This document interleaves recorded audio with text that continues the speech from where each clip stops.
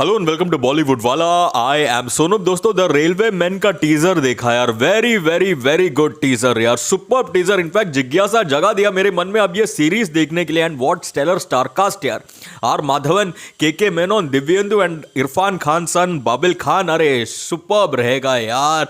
Acting तो जोरदार रहेगा, लेकिन जो टीजर को जिस तरह से प्रेजेंट किया है, the heroes of the unsung heroes of the Bhopal gas tragedy, और जिस तरह से उनका एक एक तस्वीर दिखाया है यार, plus that background music, that train का वो आवाज एंड ट्रेन चलने का वो पर्टिकुलर सीन, हा मजा आ गया। वेरी वेरी गुड यार। I am going with 3.5 stars for this teaser. Let's see how the series will be like. आपका क्या टेक है, कैसे लगा टीजर द रेलवे मैन, लिख कर बताओ। चलिए फॉर द मोमेंट टाटा।